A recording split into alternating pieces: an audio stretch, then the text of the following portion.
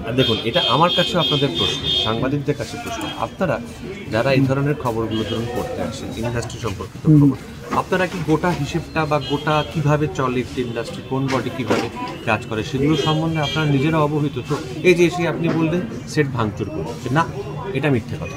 আচ্ছা, না, কোনো শুধু তাই না, বিষয়টা কি আপনাদেরকে একটু বুঝতে হবে, এবং যারা দেখছেন ওদিকে, আপনারা তো একটি রেসপন্সিবল চ্যানেল। অবশ্যই অবশ্যই বলুন। তো সৃজিত রায় টেলিভিশনের একটি অত্যন্ত বড় নাম, হ্যাঁ, অত্যন্ত গুরুত্বপূর্ণ প্রযোজক এবং পরিচালক।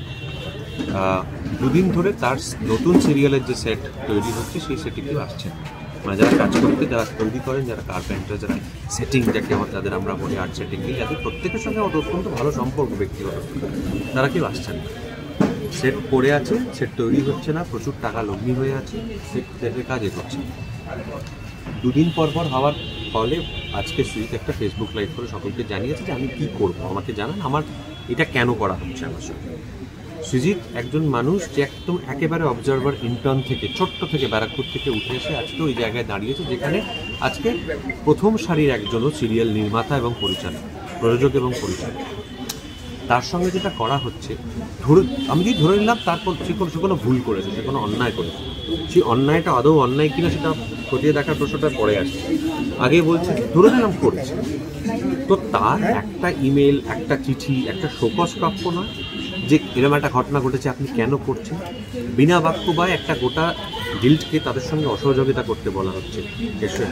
এর আগে আমরা দেখেছি জয়দীপ মুখার্জি, যিনি অত্যন্ত মানে সেলিব্রেটেড একজন পরিচালক, জয়দীপ মুখোপাধ্যায়, যিনি একেনবাবুর মতো ছবি এবং সিরিজ বানান, তিনি একটা শুটিং শুরু করার কথা ছিল, তার দুদিন আগে তার কাছে একটা মেসেজ গেছে, তার প্রোডাকশনের কাছে একটা ইমেল গেছে যে আপনাদের কলাকুশলীদের লিস্টে কিছু অসঙ্গতি আছে। তারা জানতে চেয়েছেন কী অসঙ্গতি। তারা গেছিলেন গতকাল মিট করতে, তার শুটিং ডেট পিছিয়ে গেছে, মানে এক ডেট, লোকজনের, শিল্পীদের, সমস্ত ডেট কেটে গেছে, কিন্তু তারা উত্তর দেননি। 5 দিন পরে উত্তর দিয়েছে ফেডারেশন থেকে যে আপনারা আসুন কথা বলতে। তারা গেছিলেন প্রোডাকশন থেকে কথা বলতে, কেউ ছিল না কথা বলার মতো। তাদের বলা হচ্ছে আগামীকাল আবার দুপুরবেলা 1টায় ফোন করুন। আমার প্রশ্নটা হচ্ছে, একজন পরিচালক, একজন প্রযোজক, তিনি নির্বাচন করেন, তিনি ঠিক করেন কবে শুটিং শুরু করবেন, তারা বিনিয়োগ আনেন, তারা কাজটা করেন, তারা একটা গোটা ইউনিট সাজান। এটা মানে কারোর ইচ্ছে মতো তো হতে পারে না জিনিসটা, যে তাদের শুটিং পিছিয়ে দিলাম, শুটিং এগিয়ে দিলাম। একটা আইন আদালত নাকি পুলিশ যে পারমিশন দিচ্ছে না, কোনোটাই তো নয়।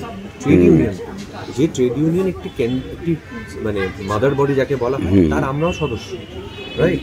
এবং সেই মাদার বডির কিছু নিয়ম নীতি যেগুলো তারা চাপিয়ে দিয়েছিলেন বা এতদিন চলছে, সেগুলো নিয়ে আমরা প্রশ্ন তুলেছি।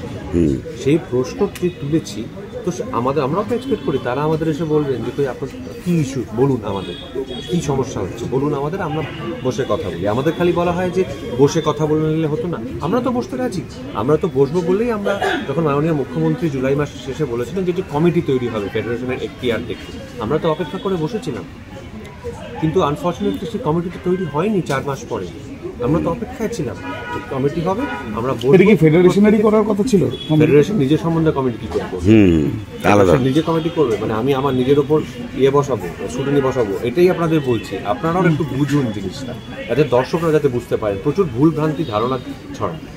এটা কথা ছিল যে প্রশাসন থেকে একটি কমিটি তৈরি করা হবে, যেখানে 5-6 জন এমিনেন্ট মেম্বাররা থাকবেন, তারা দেখবেন যে ইন্ডাস্ট্রিতে ফেডারেশনের যা ট্রেড ইউনিয়ন হিসেবে যা করার এখতিয়ারের মধ্যে পড়ে, তার বাইরে তারা কাজ করছেন না করছেন না।